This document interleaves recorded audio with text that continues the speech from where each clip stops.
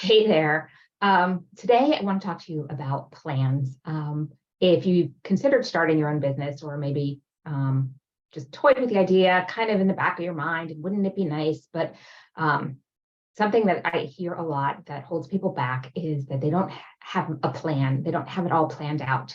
Um, and the fear, I think, is that if you don't have your business planned out and to the nth degree, you're going to fail, and you're going to end up with no food and no home and no friends, and life will be tragic. Which ignores a couple of things. First, that you don't have to go all in all at once. That's one way. That's the way I did it, but it's not the way that everybody has to do it. And you can always regroup. And if you're thinking about starting your business with 20 years of experience behind you, odds are good that you can go back to what you were doing, or you can pivot into something else. There's not, it's not like you're starting completely over. So those two things are important, but really the most important bit is that no one who has ever started a business has it all planned out when they start, because it's impossible to do. I mean, even if they think they've got it all planned out, odds are good that they don't. I mean, just and think about anybody you've worked for. In my background, I've worked for lots of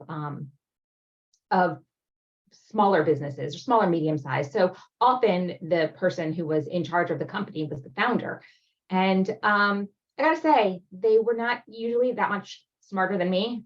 Maybe they had some more business experience, but that was by the time I was working for them. They had been in business for a long time and had gathered that. I highly suspect that when they started, they didn't have any idea what their business would look like in 5 or 10 or 20 years. And it makes sense when you think about it. For example, I started my business in the idea for my business at the end of 2018. And I officially launched actually on this day in 2019. And I could not have predicted at all that the next year would have had a global pandemic and how I would have had to adapt to that. There's just no such thing as having a complete plan. There is having an idea and the courage and knowledge that you can adapt and plan as you go. I mean, it's good to have some basic ideas like your idea and maybe who you want to target, but you don't have to have granular details to start out because nobody does. And so it's not like if you start out with really just your plucky idea and some gumption, you'll be doing any worse than anybody else who has started before you.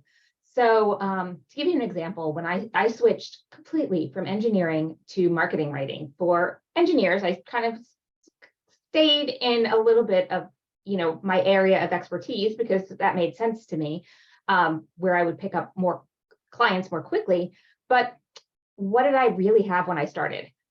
Well, what I had when I really started was a lot of panic that I wasn't going to have enough. I didn't have a big fancy website. I didn't have a bunch of content. I didn't have a lot.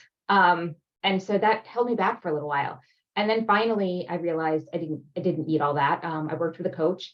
I did put together a website. It was very, very basic, just to have a presence. And in hindsight, I didn't even need that. What I needed was the courage to go out to people who I already knew and send them an email or give them a phone call and say, hey, this is what I'm doing now. If you know anybody who could use some help, I would love a referral.